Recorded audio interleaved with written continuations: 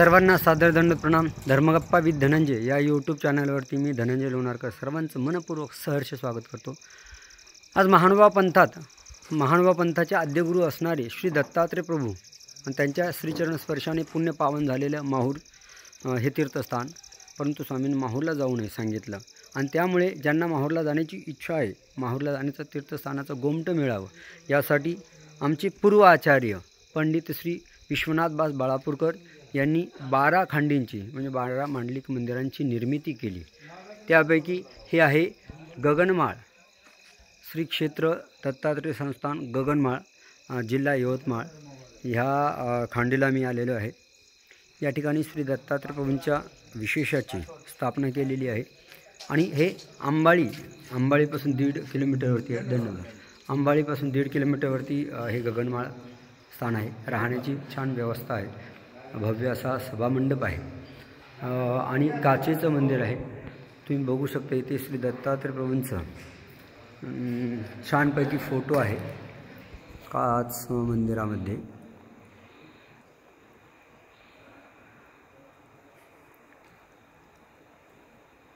पुसदवरनं येताना अंबाळीकडे जाताना अंबाळीपासून 1 किलोमीटरवरती अलीकडेच आपल्याला ही गगनमाळची खंड लागत असतील। छान असं मंदिर आहे, पूर्ण काचेचं मंदिर आहे।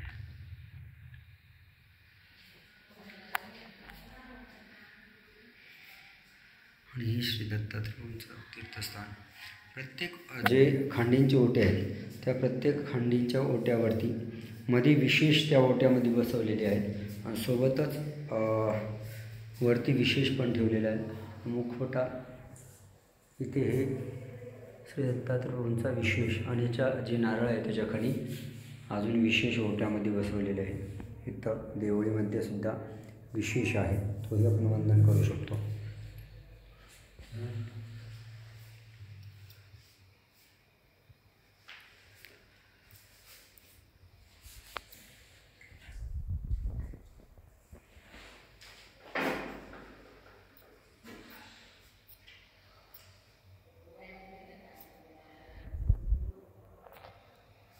नक्कीच 12 खंडींना येताना इथे आपण येतच असतो बऱ्याच वेळा,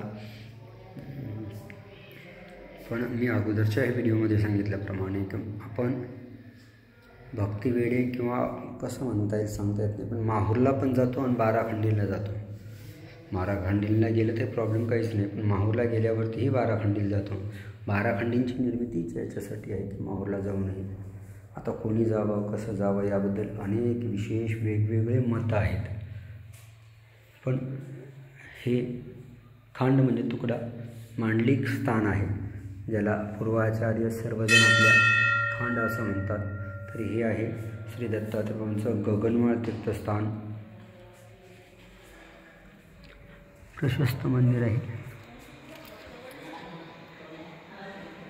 इथे श्री दत्तात्रय प्रभूंची मूर्ती सुद्धा बसवलेली आहे।